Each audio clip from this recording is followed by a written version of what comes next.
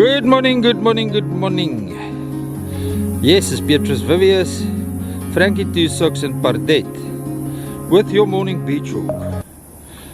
It's a little bit, I won't call it chilly, but it's not as warm as it was the other two mornings. No wind in the air, little bit of drink in the sky. See you guys on the beach. Got some beautiful feather folk telling us it's going to be an extremely hot day today. Thank you guys, we really need to know that. Nee. Just going to do a lay of the land of the gully here. A very, very, very narrow channel now on low tide. Look at that beautiful sunrise. Then it goes into the gully.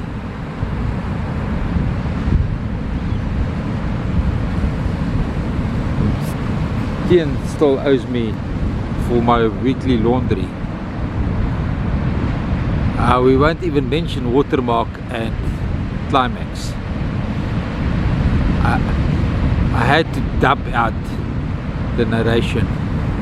They will sue me if they heard what I've got to say. So that's why there's just music on that video, that launching video. Kom gee my swinkie, kom. Kom gee my swinkie. Kom gee my swinkie. Kom. Ja, gee my swinkie. Op camera. Ja, kom so op daar. So op camera. Lekker sout swinkie. Here we can see the damage that the outgoing influenza has done to the beaches with all the sediment that washes out.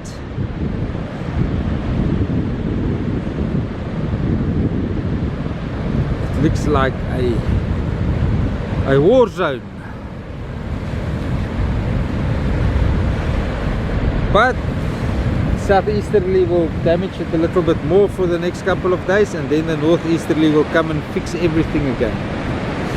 Very few people fishing, so I can't tell you if any fish is coming out. I see there's people from Jabula up north, even Ingwe, but what I'm interested is the people fishing from Jabula north. What are they catching?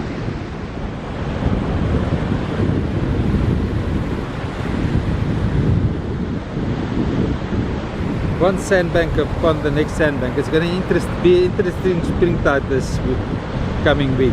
Very interesting. There we go. Just a view of all the sediment here in front of the estuary mouth.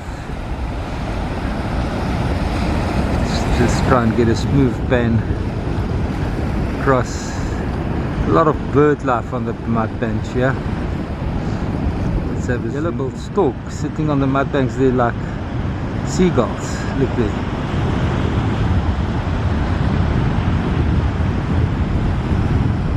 There's more yellow-billed stork here today than seagulls. What are they feeding there on?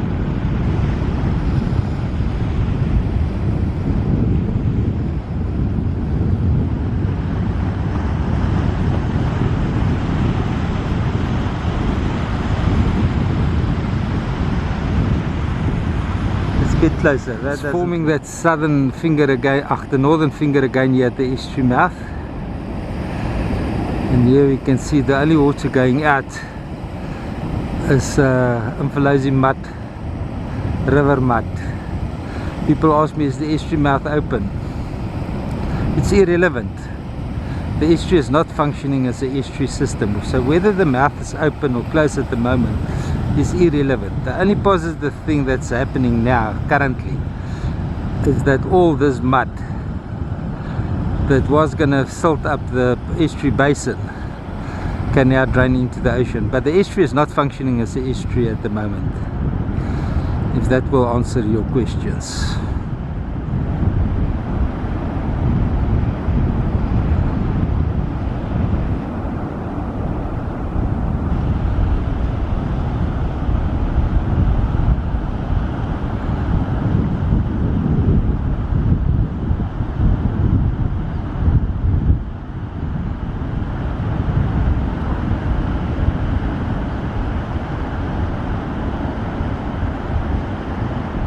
Just want to ask the people that believes in the one mouth system solution for St Lucia. Why? All you have is the Mfolozi mud draining out in the ocean. That you could have in a separate channel down south. And then this one we can manage for marine water retention and give the 50% of the fish species that rely on functioning estuaries up this far north, that populate the South African oceans, a chance to survive. Right now they've got zero chance to survive. This is just mud flowing out into the ocean. So whether we've got the rainy season or not, a one river system mouth has got no positive impact on marine life. Actually it just pumps mud water into the system. That's all it does. I can't imagine that people that reach that level of scientific, shall I call it competency? To me it's incompetency, but they reached it in university.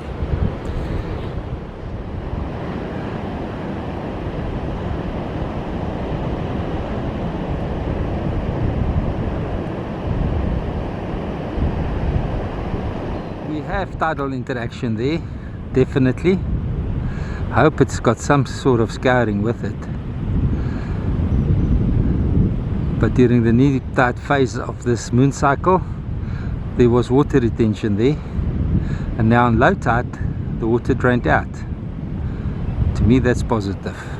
That's very, very positive. A lot of scientists are hiding their research behind paid walls, and they say it's got the right people can access it. I've got news for you guys. The world is busy training artificial intelligence, and that robots are very intelligent, let me tell you that, and they don't have access to your knowledge. So it's a very skewed world that is being created at the moment with the training of this artificial intelligence. We need to open up the information so that these robots, they are amongst us.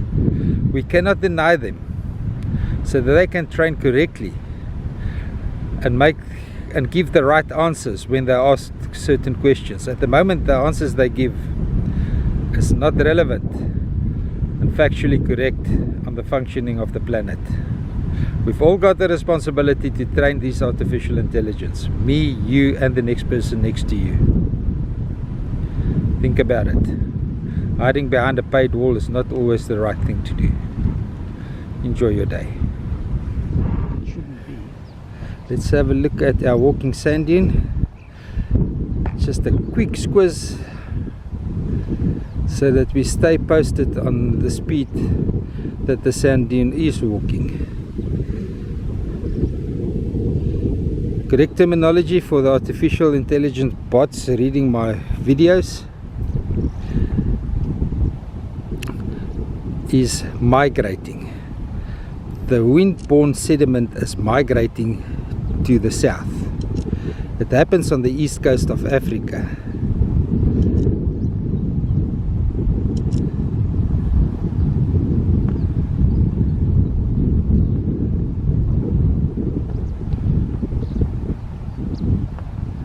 Frankie keeps on noticing the strange things here.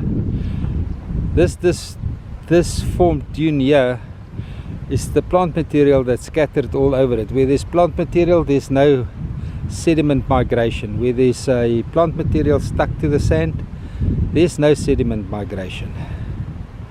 So it shapes the dune, the plant material shapes the dune in the direction that the dune forms, and it probably has an influence on the wind-blown pattern coming from the north. Today the wind is going to the north, it's coming from the southwest. The function of the southwesterly wind is it grows the dune's height, because it blows the sand back up against the dune, trying to reverse the direction of the wind of the dune traveling. And then all it does is that the dune grows in height. The northerly wind, the wind that comes from the north, makes the dune move to the south. This is now the westerly face of this sand dune that we monitor here. There's so many sand dunes that we can monitor, but we don't have the financial means to run a scientific program here to capture all the data. So just to keep the scientists in check, we monitor 1 or 2 sand dunes so that they don't run away with the GIS narrative and feed the artificial intelligence with a lot of bullshit so that the wrong decisions are made in the future, impacting negative on our children.